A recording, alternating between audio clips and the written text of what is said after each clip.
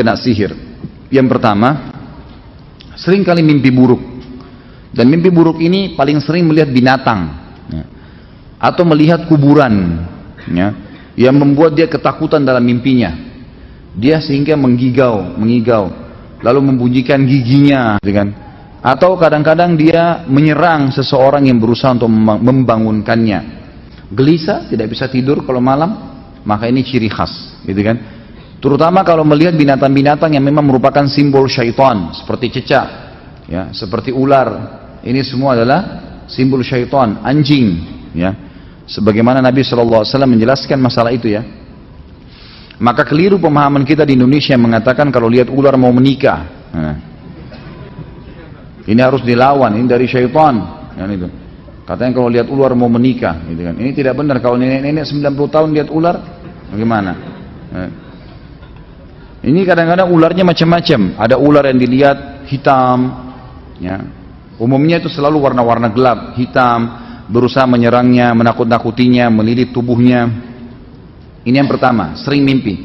Kalau mimpi menakutkan begini, berarti dia sedang disihir. Sihir itu berusaha untuk merusak dia, ya, menakut-nakuti dia sehingga dia tidak berprestasi dalam kehidupan. Yang kedua, mimpi juga sama, masih masuk dalam poin pertama mimpi tadi. Tapi mimpi yang kedua adalah orang mimpi diikuti dengan hawa nafsu. Sering mimpi junub, sering mimpi didatangi oleh laki-laki atau perempuan. Bisa saja laki-laki atau perempuan itu adalah orang yang pernah dia suka sebelumnya atau yang suka dia. Dan ini syaitan buka pintu itu. Mungkin orang-orang itu yang menyihirnya, atau memang dasarnya dia tidak kenal siapa orang itu. Mungkin dalam bentuk makhluk yang besar atau kelihatannya hitam, dan ini berarti ada jin yang menyukainya. Ada jin yang menyukainya. Dan saya sarankan jangan suka-sukaan sama jin. Nggak ada gunanya, nggak kelihatan, gitu kan. Dan jin yang paling cantik pernah buat pengakuan. Mau dengar? Hah? Ada nggak? Siapa tahu ada yang mau melamar, boleh lah.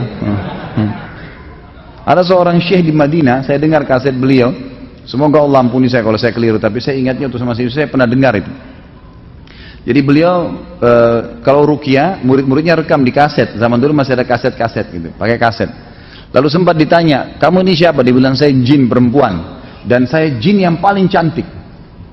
Kata syekhnya, memang kau bagaimana? Dia bilang, mata saya 1, kaki saya 9. Ada yang mau? Sudah jelas-jelas dikasih manusia kakinya 2, mau cari 9. Untuk apa? Mimpi. Yang kedua, sering ketakutan sendiri. Was-was, ketakutan. Kalau sendiri selalu kayak dihantui, mau kelihatan, mau sesuatu. Nah, ini juga termasuk ada gangguan.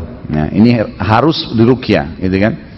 Kemudian yang ketiga, seringkali merasa ada penyakit atau merasa ada penyakit. Ya, sering penyakit nih, dan penyakitnya kanker, penyakit-penyakit yang besar, was-was. Dan ini saya pernah menemukan ada kasus pasien yang ternyata dia nggak ada kankernya, cuma menurut medis tiba-tiba sudah stadium 4 tanpa sebab, akhirnya operasi. Akhirnya kandungannya ditutup, akhirnya begini dan seterusnya. Kesian. Semoga Allah sembuhkan, ya. Tapi seperti itulah keadaannya, dan ini sering terjadi. Ini semua dari syaitan, dari sihir, dan harus dilawan. Itu bisa dilawan.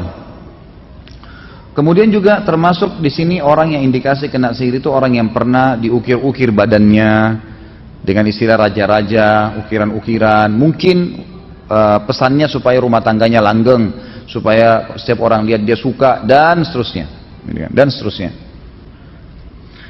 Kemudian juga orang yang pernah dimandikan air, transfer aura, ya, memberikan kekuatan, tenaga dalam. Nah, ini semua adalah senjata-senjata syaitan, berarti ada sihir yang harus dia berobat, tidak bisa tidak, harus berobat. Dia harus, kalau dia mau sembuh, dia harus ruqyah, baru dia bisa sembuh, insya Allah. Tentu ruqyah ini harus sabar, ya, proses. Ada orang yang sekali sembuh, ada yang 2 kali, Allahu alam, tergantung. Tapi yang jelas orang-orang yang masih belum sembuh, dia harus juga muhasabah dirinya. Mungkin masih ada dosa yang mengganjal, mungkin hatinya masih nggak baik, gitu kan? Atau mungkin ada sesuatu yang memang dia traumatis dari masa dia kecil, masa dia kecil. Kadang-kadang ada jin keturunan, dan macam-macam lah, ya, macam-macam. Jadi yang jelas kalau ada indikasi-indikasi ini secara umum, maka antum semestinya harus berobat, insya Allah.